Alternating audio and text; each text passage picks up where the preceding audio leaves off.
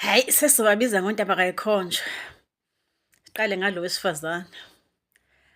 Lo wesifazane, look at this, nina ningayazi lento.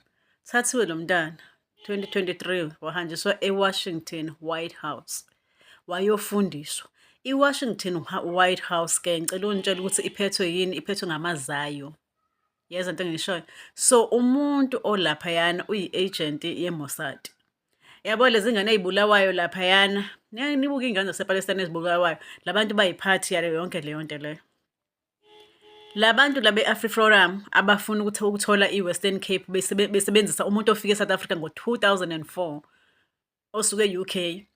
Sefuna ukuhlukanisa South Africa manje ukuthi kube khona thina siphatha amapasi masiya Eastern ngale. Nanokuthi nje manje sesibizwa amapasi thina singabantu abamnyama ngoba ngeke uzwe umlungu oyedwa kuthiwa makaveze ipasi ngoba phela yena kunenkinga yama-migrant. Ngeke uyizwe leyo nto kodwa uyizwa kuthini. We are self-inflicting i-pain and i-embarrassment and just i-humiliation to ourselves, to be honest. Labantu laba ngalo September lona bafuna uthatha amnqamlezo 3,000 bayihambise lapha bathi thina yithi sigebenge labo bantu labo. Bese nayo usisi wenu nangokuthi ngimfaka kancane. I mean, AfriForum is South African. We're not against anyone because of their race. The only thing we always talk about is people who are undocumented in the country. And we're saying we're going to go to AfriForum and learn from them because it's important for us to take lessons from people if they're doing something right. And the right things that they are doing, we're going to be learning from them.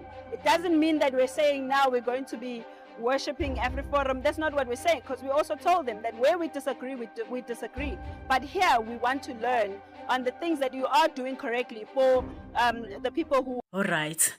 Bese yena-ke manje sithi akanankinga naye AfriForum. Niyayazi AfriForum ukuthi njani?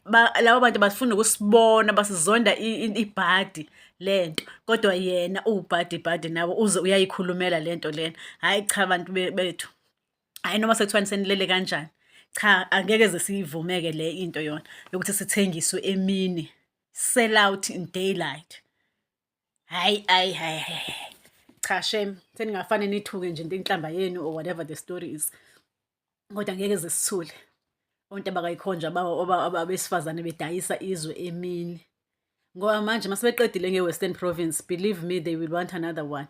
And iKwaZulu Natal is very possible ukuthi beyiyona ngoba njengoba nihleli lapha emakhaya wenu nasemalokishini wenu nasemjondolweni nani. You have no idea ukuthi lezi ndlu zonke zakhiwa la kususumoba laphayana. Zakhiwa wobani? Zi-ownwa yilabantu lezi zinto lezi azi-ownwa yinini, azi-ownwa ngama-South African. Zi-ownwa ngabantu bangaphandle abahlangene nani nelizwe leli engafuni ukulibiza manje. Elinohele egcineni. Leli libulala iy'ngane. Labantu laba banemikhuba eminingi yobusathanism. Nina yonke umsebenzi eniwenzayo nenzela bona. Manje nina ngo-30 September niyo-protesta nani. Njengoba nabo ngo-September behamba besiya beyokhalaza ngalena. Yayizwa lento engiyishoyo.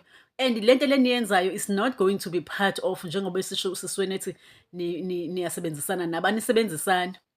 Into anenzisa yona wenzela ukuthi nina nakhe nikhande the very same thing ezokwenza ukuthi i-USA igcine sihlangane ne-UN kuthiwa mayiphume i-Western Province kuthini. Hey nazi nayitlayela shame. No sense.